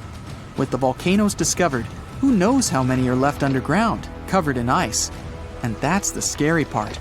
Some of these volcanoes are hidden so deep beneath the icy surface that they now heat up from the lava spewing out. The ice begins to destabilize everything around. The ice on the ridges begins cracking open little by little. Like giant cans of soda bursting open, lava shoots from the snowy depths, causing enormous cracks in the ground. And then, magma finds its way to the party. This uninvited guest will begin to melt the surroundings, causing the ground to destabilize even more. Slowly but surely, the ice around Antarctica will melt. And if all the ice is melted, the Earth's sea level would rise by around 230 feet. That means coastal cities would be submerged underwater. The ocean currents would be flipped around, and hurricanes and typhoons would not want to take a break. Marine life would be in danger, and many small islands would completely disappear. And not to mention the smoke in the air that would travel around the world, halting many flights in the southern region. And if the winds were strong enough, the whole world. The economies would flop, and a worldwide panic would begin. Health emergencies all year round. Yeah, a real nice picture. The ground shakes beneath you. The pictures rattle on the walls. You hear a rumble off in the distance. Then, boom, a deafening explosion. The shockwave blasts through the windows and sets off car alarms. You duck under the dining table for cover, but then you remember you live not far from a supervolcano in the middle of a tropical jungle. So, staying in one place isn't a good idea. The shaking finally halts. You take this chance to peek outside and see a giant cloud of smoke covering the sky. It's lunchtime, but you wouldn't know it. The sun is completely veiled and darkness falls. The power's out in the whole city. In this darkness, you see red molten lava shooting from the sky and spilling on the rim. You run outside along with dozens of your neighbors. Your priority right now, find safe shelter and fast. You think about taking the car, but with everyone running on the road, that's a no-go. So you run on foot where the crowd is going. Supervolcanoes are in a league of their own when it comes to natural disasters. Surprisingly, it's not all about size or height. A volcano is dubbed super if it erupts more than 240 cubic miles of magma. That's more than enough to overfill Lake Erie. It must also have a history of erupting and a magnitude of 8 on the Volcanic Explosivity Index. The largest active volcano on Earth is Hawaii's Mauna Loa. It's so big, it would cover the entire state of Rhode Island plus some. And next time you see a commercial plane flying high in the sky, remember that 30,000-some foot altitude is about as tall as Mauna Loa is from base to summit. It's technically taller than Everest when you measure it like that, yet it's not considered a supervolcano. So you're running along the dark road not knowing and barely seeing where to go. Then, all of a sudden, a massive flaming boulder smashes through the bridge in front of you. You and everyone else are now stranded on the side of the volcano as it's getting more chaotic each second. Most of the crowd disperses, finding their own ways to safety. You remember there's a way to the other side not many people know about, but you'll have to cross a raging river through the dense jungle. You calm what's left of the crowd, and everyone follows you to your secret getaway. You finally get out of the city limits and head into the jungle. With the sky already dark, the tall trees and thick leaves make it almost pitch black. Everyone gets out their phone flashlights to navigate through the dark path. You all need to stick together and make sure nobody gets lost. Suddenly, fiery rocks strike the trees not far from you. Everyone jolts and tries to rush ahead, but nowhere is safe when it's raining scalding fire all around. You and your group have to pick up the pace or else. Imagine a typical avalanche or mudslide.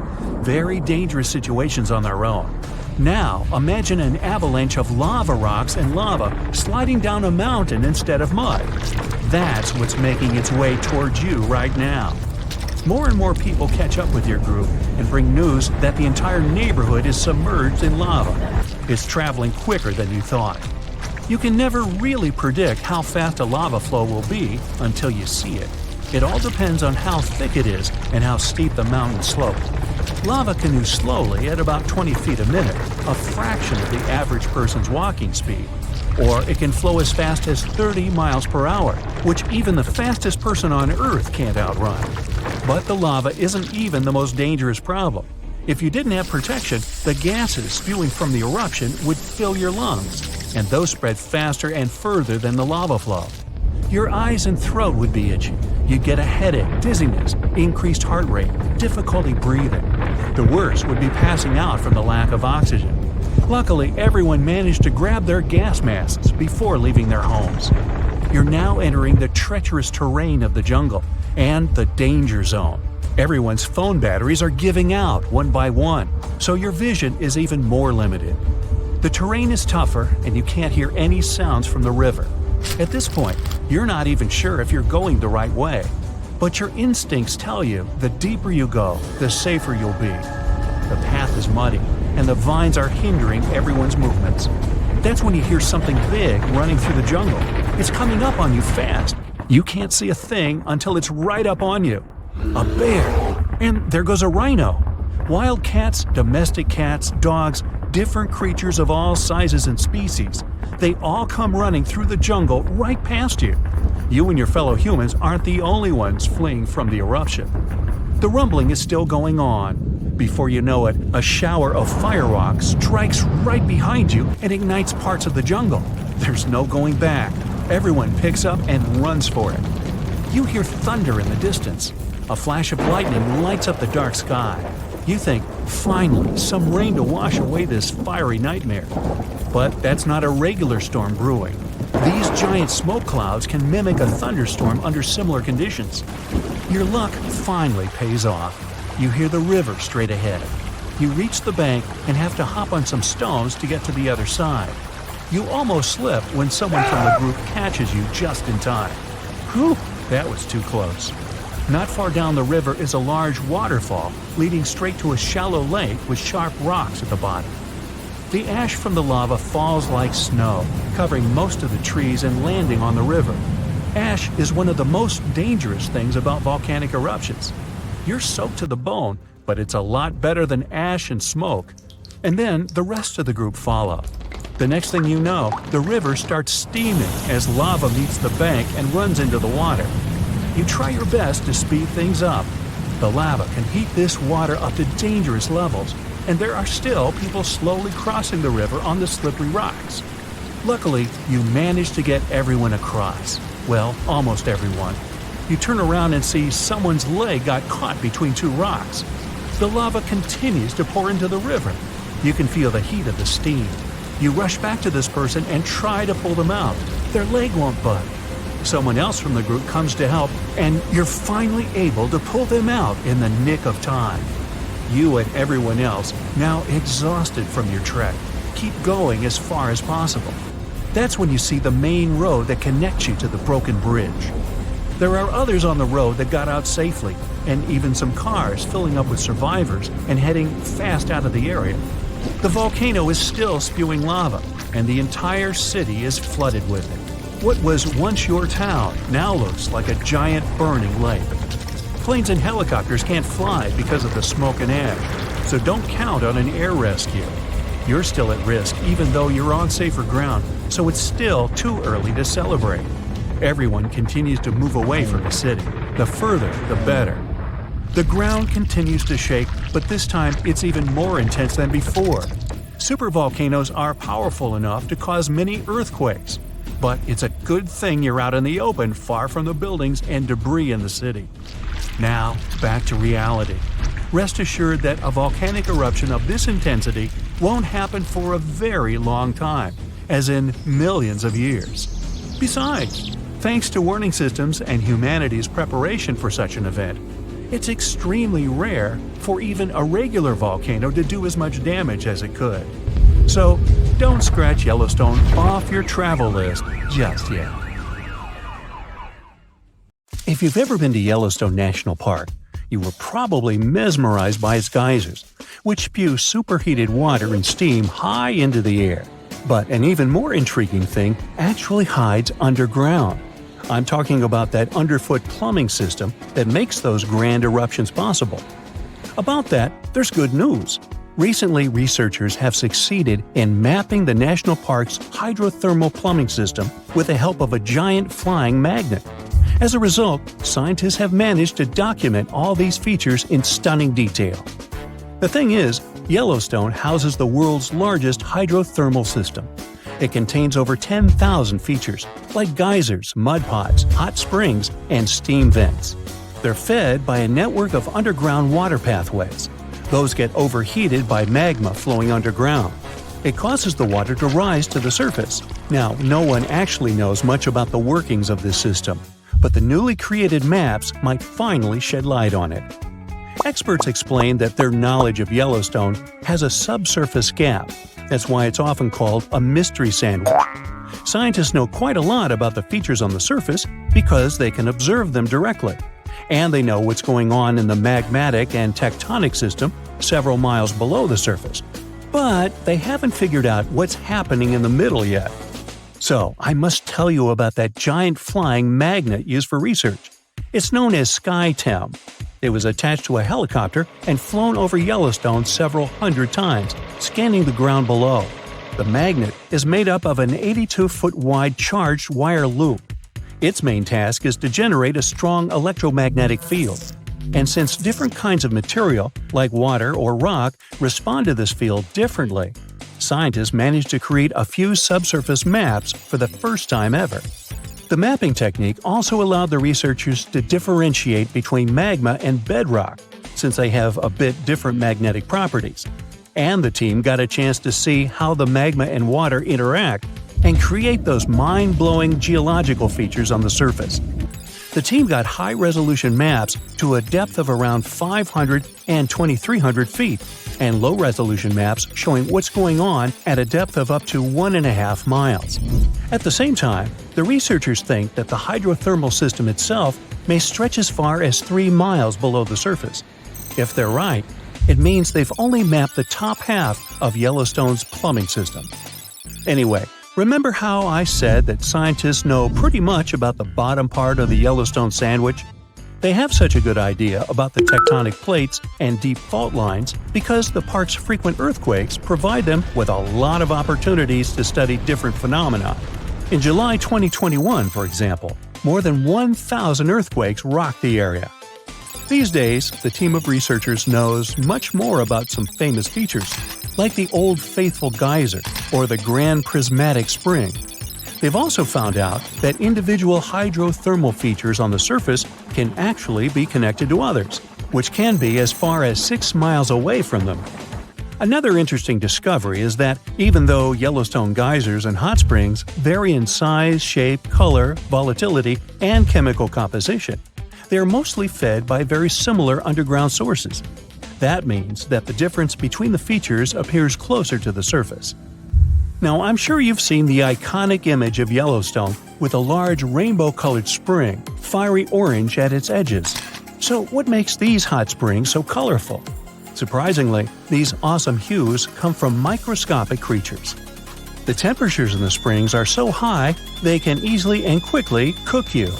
Plus, the water there is super acidic, like the liquid in a car battery. But there are certain types of heat-loving microbes that don't mind these crazy conditions. You can even say they're thriving there. So every ring of a different color is, in most cases, a ring inhabited by different bacteria. And each species is adapted to a particular temperature or pH level, which measures how acidic this or that environment is. For example, take the Grand Prismatic Spring, yes, the iconic one. Its rainbow hues likely hint at the diversity of microbes living there. So, starting from the center of the hot spring, you can see a beautiful aquamarine color there. That's where the water temperature is the highest, reaching 189 degrees Fahrenheit, because this area is right over the underground water source. The water there is too hot even for microbes. That's why what you see is mostly clear water. As for the reason for its blue color, it's the same as why the sky is blue. Sunlight hits the surface of the water and the light scatters, but the blue light scatters the most, getting reflected back to your eyes. Now, the next ring of color is yellow, all thanks to certain cyanobacteria. The temperature in this yellow ring reaches 165 degrees Fahrenheit. If the conditions in the hot spring were a bit different, these bacteria would create a blue-green hue thanks to a green pigment called chlorophyll. But since the sunlight hitting the spring is too intense, the bacteria start producing another type of pigment. It's called carotenoids. And guess what? It acts as a sunscreen for the bacteria. And since this pigment is orange, the normally green bacteria get a yellowish hue. And finally, we've got that bright orange color closer to the edges of the prismatic spring. It's a bit cooler there, around 149 degrees Fahrenheit. In this part of the spring, you can find several types of bacteria. They all produce substances that give the spring this bright orange color. And finally, right at the edges of the spring, the temperature is cooler, around 131 degrees, and a greater variety of microbes can survive there. All of them combined give the edges of the spring that red-brown hue. But scientists believe that people and their activity may have influenced the colors of Yellowstone's hydrothermal features. For example, in the past, the temperatures in the Morning Glory Pool used to be much higher than they are today. That's why its color was a deep blue. But trash has started to accumulate in the pool, and some of it clogged the vent. This caused the temperatures to drop, which led to microbial growth. As a result, that pretty blue color turned into orange-yellow. As for Yellowstone's geysers, the most famous one is called Old Faithful. It got this name at the end of the 19th century because of how regular its eruptions were. This geyser is more active than the others, erupting about 20 times a day. Each of these magnificent events lasts from 1 to 5 minutes, and the fountain of steaming water can reach a height of 180 feet. Now, while talking about Yellowstone National Park, we can't but mention Yellowstone supervolcano, right? Supervolcanoes appear when huge volumes of magma are trying to escape from deep underground. Eventually, they burst through Earth's surface. Sometimes all this magma gets stuck, unable to break through the planet's crust. And then, massive pools of pressurized magma gather at a depth of several miles. The pressure keeps growing because more and more magma is trying to get to the surface. At one point, a super eruption goes off. You don't necessarily want to be around for that. Over the past 50 years, the Yellowstone caldera has risen almost 3 feet. It shouldn't alarm you, though. Experts are sure it's a natural behavior for Yellowstone. Periods of dome-shaped uplift are followed by the caldera lowering. Scientists think the supervolcano doesn't present any danger at the moment. For an eruption to happen, the magma inside has to be at least 50% molten.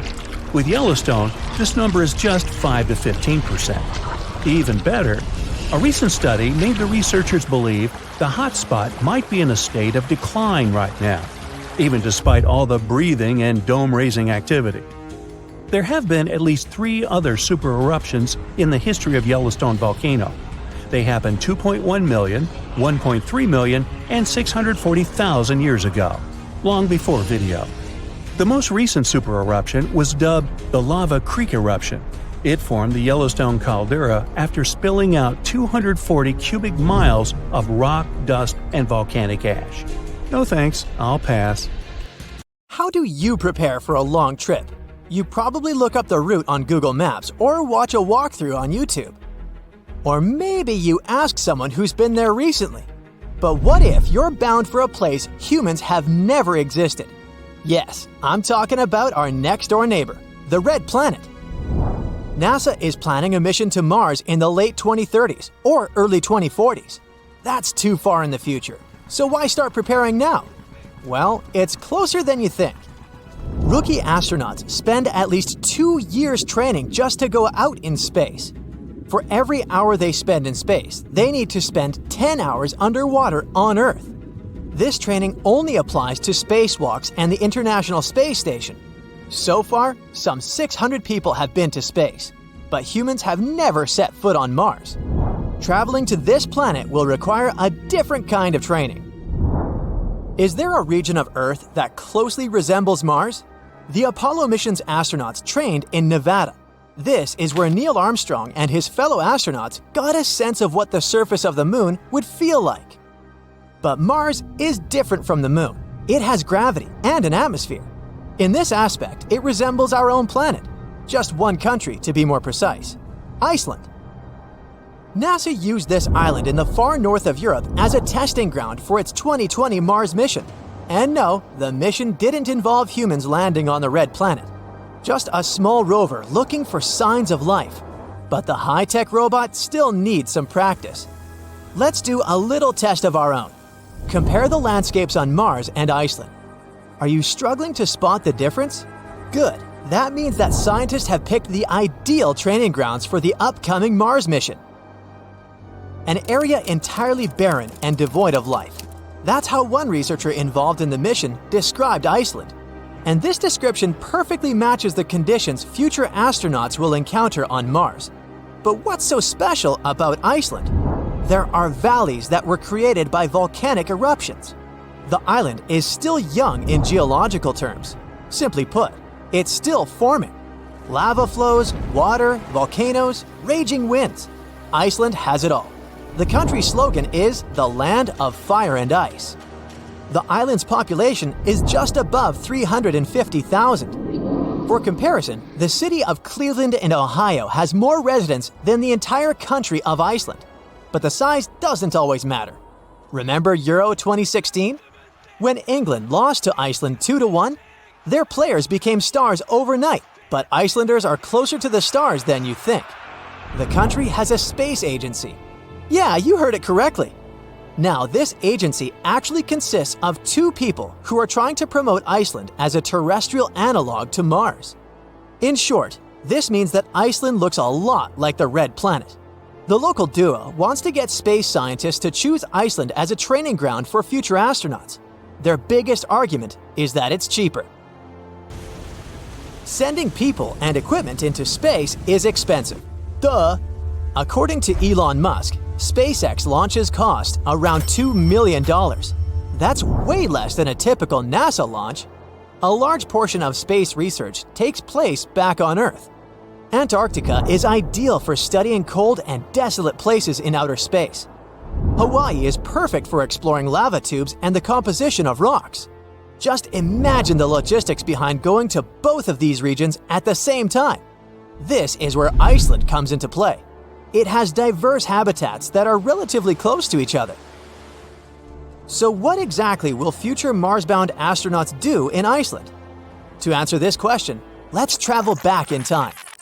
Nevada wasn't the only place NASA's astronauts visited more than half a century ago. They prepared for walking on the surface of the moon in Iceland too. Their primary objective was collecting rock samples. These can mainly be found near volcanoes and lava fields, and Iceland has plenty of those. Around 60% of the local landscape is rocky and rugged. This makes the island the size of Kentucky feel like another planet. Add that to the fact that 80% of Iceland is uninhabited, and you get the perfect playground for astronauts. And there's another similarity with Mars. In summer, it can seem as if the sun never sets in Iceland. Locals go shopping at 3 a.m. In June, for example, the night can last only 2 hours. Sounds like a perfect open-air party destination. Well, not really. Who would want to party at a freezing temperature of 42 degrees Fahrenheit? That's the average low air temperature in June.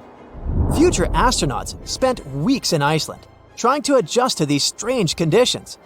This helps them prepare for the long days on Mars.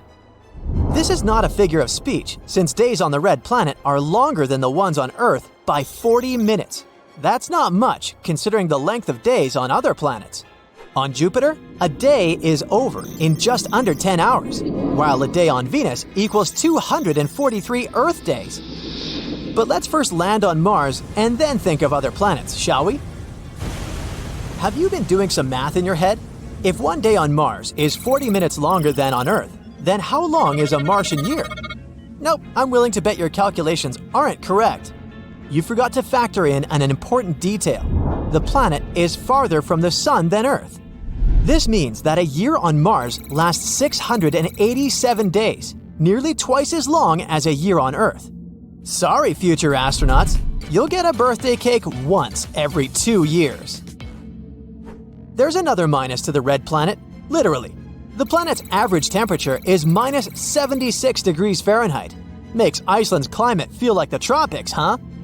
Despite these extreme weather conditions, scientists believe that water once flowed on Mars. And where there's water, there's life. That's why NASA scientists lowered the tiny rover in the middle of a crater that they suspected was once a lake. This is where it stands the greatest chance of finding evidence of life. What about life forms on Mars? Looks like it's not science fiction. The planet has polar caps like Earth, and that's not all. Scientists believe they've even detected snowfall on Mars. Its atmosphere is 100 times thinner than that of our planet. It isn't a breath of fresh air, but it isn't extremely inhospitable like other planets. On Venus, it rains acid, and the temperature is high enough to melt lead. And on Jupiter, there are gigantic storms that rage on for centuries. Makes you fall in love with the blue planet all over again. Even Iceland sounds fun at this point. You might even want to learn Icelandic. If you're successful, then you can even read Old Norse, the language of the Vikings. And you'll know 100 words for wind. This will come in handy as wind speeds on the island can reach up to 40 miles per hour. Out in the open, you have to hold on to a fence or a signpost to stay on your feet. Iceland's climate will make you think twice before moving there. But for astronauts preparing for another world, this place is perfect. Iceland is equally impressive underground. In fact, the island might hold the key to sustaining human life on Mars. The surface of this planet is not very hospitable. The soil is poisonous and abrasive. It can easily cut through an astronaut's suit. But underneath the ground, the living conditions are more tolerable. And Iceland has a real-life model of this potential underground dwelling: lava tubes. Long tunnels carved out by lava making its way to the surface. These maze-like corridors are perfect human habitats. And they're cost-efficient. Nature had already built them for us. Future astronauts can walk through similar lava tubes in Iceland. Who knows? One day, their cautious steps might turn into giant leaps for mankind.